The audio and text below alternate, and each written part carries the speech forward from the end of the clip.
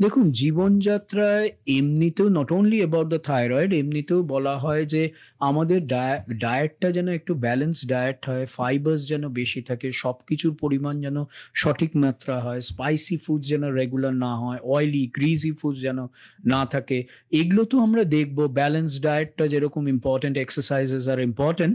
কিন্তু যেটা আমার সবচেয়ে আম বেশি করে বলার, কারণ এটা একটা প্ল্যাটফর্ম যেখানে অ্যাওয়ারনেস হতে পারে, হুম, সেটা হলো গলার সামনে যদি কোনো রকমের ফোলা, সাইজ ডাজন্ট ম্যাটার।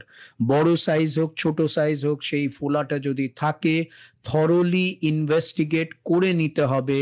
কারণ থাইরয়েড হোক, পার্টিকুলারলি থাইরয়েডের ক্যান্সার যেটা হয় কম বয়সীদেরই কিন্তু বেশি হয় এবং ফিমেলদের বেশি হয়। তার মানে এই নয় যে বয়স্কদের এটা হবে না কিংবা পুরুষ মানুষদের এটা হবে না, সবারই এটা হতে পারে।